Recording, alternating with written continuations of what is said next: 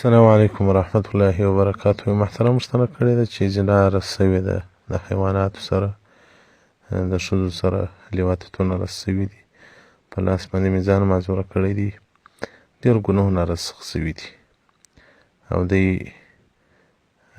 وایي توبه مې کښلې ده، توبه راسه مت سوې ده. شهوات مې دومره غالبه دي چې درې څلور واره وایي په لاس باندې ځان معذوره کړم، خو زه شهوات مې نه کنټرولېږي.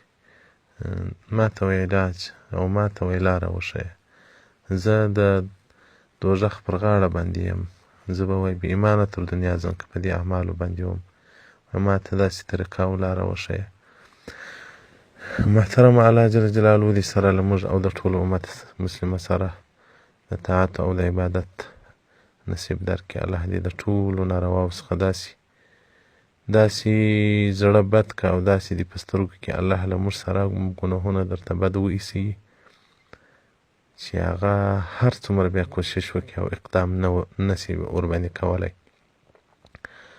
محترمه د عبدالله بن مسعود رضی الله مبارک څخه روایت دی چې رسول الله صلی الله مبارک یا معشر شباب، ای ټولې د ځوانانو، من استطاع منکم که ستاسو طاقت و دغه چې قوت شهواني یعنې د شهوت مو پر ځای وله بیا نکاح یې وکړئ، ځکه د نکاح واده کول د فرج خوندي کوي، یعنې د هغه له ګناه څخه راګرځوي او سترګې له ګناه څخه راګرځوي.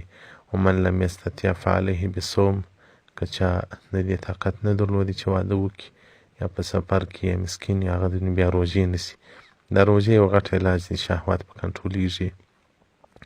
حدیث رقم 3008 مرقات جلد شپږم صفحه 238 کتاب نکاح کې روایت کړی ده. او محترمه رسول الله صلی الله علیه وسلم څخه روایت دی. انس راته وایي ما د رسول الله صلی الله څخه واورېدل، هغه ویلي د رسول الله صلی الله مبارک ویل چې الله جل جلاله وایي یا ابن آدم انک ما دعوتني ورجوتني غفرت لك على ما كان منك ولا ابالي. الله وایي انسانه که ته ما ته امید لرې د مغفرت او لاس راته پورته کړې بخښه وغواړې، ما ته هېڅ پروا نه راکوي، زه بخښه درته کوم. یا ابن آدمه لو بلغت ذنوبک عنان السماء، که ستا ګناهونه د اسمان کنارو ته ورسیږي، ثم استغفرتني، بیا له ما څخه بخښه وغواړې، غفرت لکه، زه تا ته بخښه کوم، لا ابالي، هېڅ پروا هم نه راکوي. یا ابن آدم انک لو اتیتنا بقراب الارض خطایا، د مځکې په اندازه باندې ګناهونه وکړې او شرک نه وکړې، کفر نه وکړې او مغفرت وغواړې، الله جل جلاله وایي زه تا لره عفو کوم او بخښم دي. حدیث ترغیب الترهیب جلد دوم صفحه 308 الترغیب فی الاستغفار کې روایت کړی ده. نو محترمه د الله جل جلاله د مغفرت دروازې خلاصې دي. توبه وکاږه، په واقعیت سره توبه وکاږه، روژې شروع کړه. او دی وایي د هر څنګه دعا چې کوم هغه دعا مې قبلیږي، هغه مراد مې لاسته راځي، په دې وایي نه پوهېږم. محترمه دا استدراج دی، یو معجزه د الله انبیاو ته ورکوي چې هغه د یو شی وغواړي الله یې ورکړي. خاورې ورته سره زر جوړي، یو کرامت یې هغه د الله دوستانو ته ورکوي، هغه اولیاء تعالی چې د رسول الله صلی الله علیه وسلم متابعت او د پر سنتو برابر وي. یو استدراج دی، هغه الله په ساقو په جارو ته ورکوي. رسول الله صلی الله علیه وسلم مبارک وایي دوی ملایکې په اول اسمان کې سره یو ځای سولې، یا بل ته وویل عجبه راته وکړه، بل یا بل ته عجبه راته وکړه. یو ملک یې ورته وویل چې په پلانکي کور کې یو مریض و، ډېر وخت کېږي چې مریض و، نو نن یې څه پر حال باندې راغلی، څه سم سو. نو بیا و د اهل بیت ته وویل چې زه ډېر وږی او تږی یم، هوا مې وشیدو ته کېږي. نو اکشنیانو واستول د همسایه کره چې لږ شیدې راکړي زموږ مریض نن خبرې وکولې، هغو شیدې ورته راوړې. نو مریض هم خوشحاله دی چې څه شیدې به وخورمه. شیدې یو یې پر اور باندې کښېښولې، پخوا خو نو به دا خونو په مابینځ کې به اورونه بلېدل.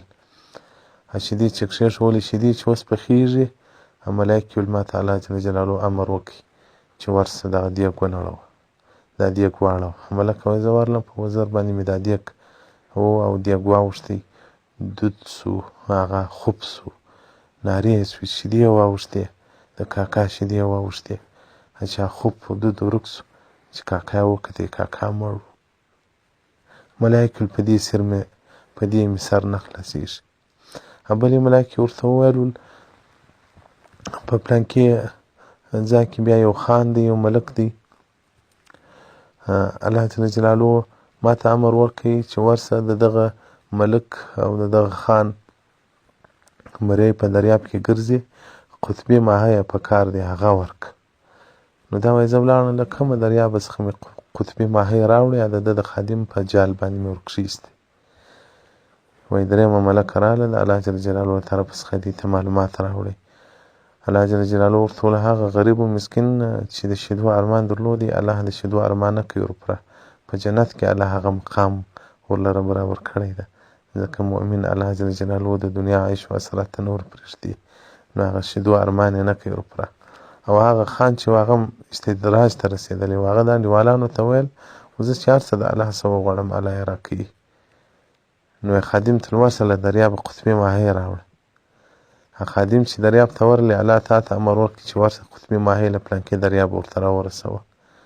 خان مخ ته چې هغه ماهی کښېښوی، دا انډیوالانو ته ویل نو ګوره ما نه درته وایي زه پر خدای دونه ګران یم، دا د قطبي ماهی په دې دریاب کې له کومو واده راغلی راته، دغو نه و عزراییل اسلام راغلی روح یې قبض کړي.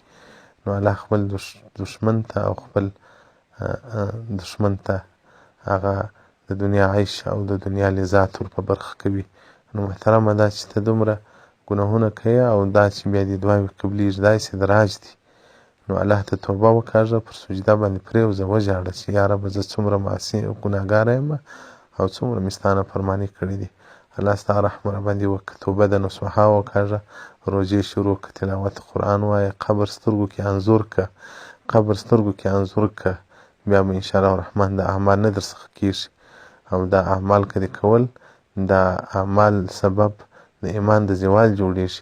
نو محترمه استغفار ډېر وایه او ندامت پښیمانتیا پر دې کارو باندې کوه چې نه حیوان درڅخه خلاص سوی دی، نه انسان درڅخه خلاص سوی دی، نه نر درڅخه خلاص سوی ده، نه ښځه درڅخه خلاص سوې ده. نو ته به نور کوې کوم جرمونه چې کوم جرمونه دي هغه دې کړي دي. نو الله ته په حقیقت سره توبه وکاږه، ځان تسلیم که، روژې شروع که. والسلام علیکم ورحمة الله وبرکاته.